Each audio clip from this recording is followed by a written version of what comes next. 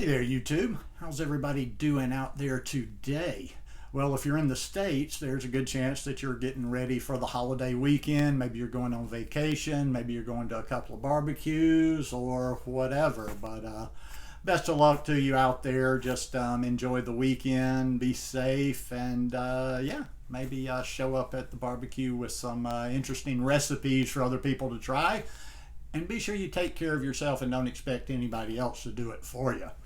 Anyhow, I thought today we would talk about raw vegan nutrition versus cleansing. Guys, you know the drill. If you're not already following, go down there and hit that little red thingy that says subscribe, and then come back and check out some more of my content, if you will. Most of you guys probably can anticipate my thoughts on this, and they've changed throughout the years. This is a funny thing right here. I've actually got videos that go back 9 years, so sometimes somebody will see a video from 7 or 8 years ago and kind of be puzzled, well, you said this here and now you said this there. Now, I don't think I've done any total about faces, any 180 degrees where I did anything back then that I would say, nope, that was wrong, but hopefully we evolve over time, and I've learned things, and that's one thing I just want to impart on everybody else. And it's not trying to toot my own horn, it's just a very simple thing. It's that I have had an open mind about all this nutrition the whole time I've been doing this. I don't have dogma. I'm not part of your little raw groups. I'm not one of the people of the religion of raw. In fact, that has annoyed the living crap out of me the whole time. Now, nutrition, we'll get into a little bit of what kind of my thoughts are on the actual nutrition versus cleansing. But one thing I want to say is I'm on the nutrition side. I feel like we have to feed. It's not just enough to, cleanse the body, do this thing, get the gunk out. And one thing that I used to say all the time, it's more about what we're not putting into our body than what we are putting into our body. And I wouldn't disagree with that statement that I said in the past, but I would say what we put in our body is a little bit more important than in the beginning when I thought, okay, you just eliminate these things. There are things that your body need, and I just think a lot of people are going about it the wrong approach. And one thing, like I say, I just like to make you think. I'm not trying to tell you this is right, this is the way to believe. I hope sometimes when I do a video you'll be like, I hadn't thought about that. Let me go check this out a little bit. Look at all the people, and there's famous ones that have done YouTube channels, big Instagrammers, big raw influencers, and they build up some big numbers, and there's nothing wrong with that. They're smart at social media, and there's certain things you can do on social media to jack your presence up. But one thing, and I would say this holds true for the majority of whether they had, whether they had a brand, an account, or they created content, or whether it's just one of the people that maybe you've seen in your raw vegan groups online. If you go back and look at the ones that have been left by the wayside, and usually the most bitter person in the world is a raw vegan. It's not a raw vegan anymore, and they're like, well, this thing ruined my life, and then you go back in, and you got to look what they were eating. You got to go back into some of those failed YouTubers and Instagrammers that still leave their content up so they can make money off of it. And go back several years and see what they were actually eating. See what the people that have just failed miserably on this lifestyle were eating. And a lot of times, more times than not, you find out they weren't eating. It was all about cleansing. I remember the first couple or 3-4 years eating this way, living this lifestyle, and I was a little bit more active, and I would watch more YouTube videos, and I paid more attention to people on Facebook that were raw vegan. And one thing that just never resonated with me was there was always this cleansing. It was always about cleansing, detox, fasting, juice fasting, restricting your food all the time. And you had people that would just defend it so strongly, and then then a year, 6 months, a year later, their health is falling apart. And at that point, they jump a total 180 and they start, they're not even vegan anymore. And listen, all I'm saying here is just compare apples and apples. Don't compare apples and oranges. That's why a long time ago I just kind of started going down the road of let's look at more nutrition. Let's not get into this raw cult-like mentality, the dogma of raw, raw, raw, raw, raw. Too many raw people out there are only looking at raw resources for their information. Too many people out there are only following other raw people. And a lot of times when I see the books from the raw people and the things in this, you can just tell even by the quality level, they're just not real. They're they don't have the same weight. Not to me. Like I say, this is just me. They don't have the same weight to them as like a How Not to Die by Dr. Greger or Fiber Fueled.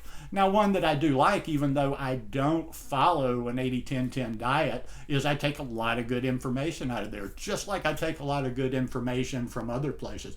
But no matter who I'm consuming, what I'm watching, I'm always trying to think of something nutritional I can take out of there instead of just, okay, another guy telling you just need to do another juice feast or a juice fast. Now, for the people that are adamant about that, I will give you a concession here, and we'll do a little bit of a compromise.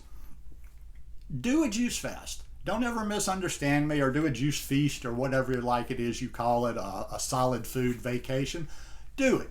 It's not, listen, and even to the ones that might be saying, why are you telling people to do it? It's not going to hurt them. And wait for the second part of that advice. Do your juice feast. Do it as long as you think you need to do the solid food vacation, to then get on the path. Here's where it goes wrong. A lot of people say that, but they never learn how to eat after that. So, okay, you did your solid food vacation.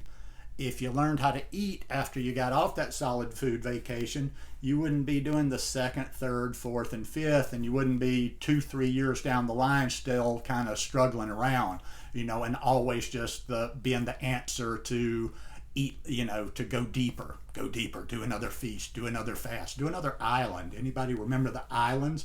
And I kind of, listen, also, like I say, nothing either is going to bother you for a couple of days, just kind of as a little vacation to your stomach. For me, I don't mind doing mono meals for say 2 or 3 days, but not much longer than that, just to give your system a little bit of relief. But it's got to be about the nutrition.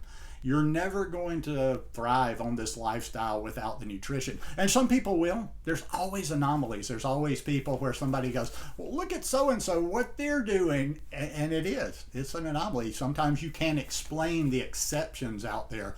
But I just see for me, and I don't, I'm not in the discussion part of social media, but I'm very active on Instagram, and I follow a lot of people, and I just seem to notice there's ones that resonate for me.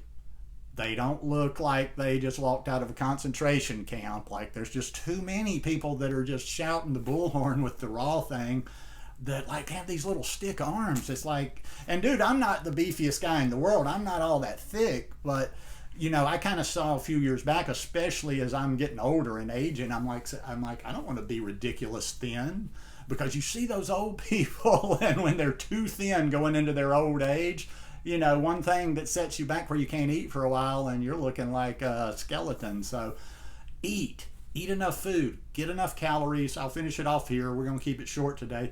Eat an adequate amount of calories for your age, body size, and activity level. Watch your nutrition on these calories. Make those calories count. We need diversity in our body. Be sure you're checking all those boxes. And I'm not fanatically running around every day going, oh, I didn't get enough of this, better to eat something else. But just certain little things, like I got to have my fruit, I've got to have my greens. I've gotten to a point, where I want my legumes, and most of my legumes, which I just had a little while ago, are sprouted lentils. But I run out of lentils from time to time, or hey, I'm here in the dirty South where we get fresh local black-eyed peas and all kind of peas and butter beans.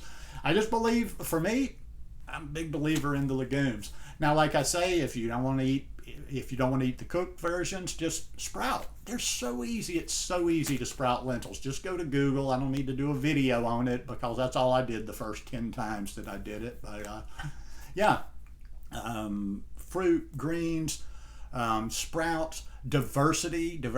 I've been preaching that a good bit since I kind of got on the kick of really paying attention to gut health and stuff. And just keep learning how to plug those holes of nutrition. But hey, I know this will fall on some deaf ears out there, because that that pull is strong to be part of the group, to be part of that hardcore raw group. But me, honestly, if you're being honest with yourself, there's a whole lot of SOS, salt, oil, sugar free, whole food plant vegans that don't even focus on raw that out there that are way healthier than the raw people. Now, that's not saying you can't be healthy with all raw.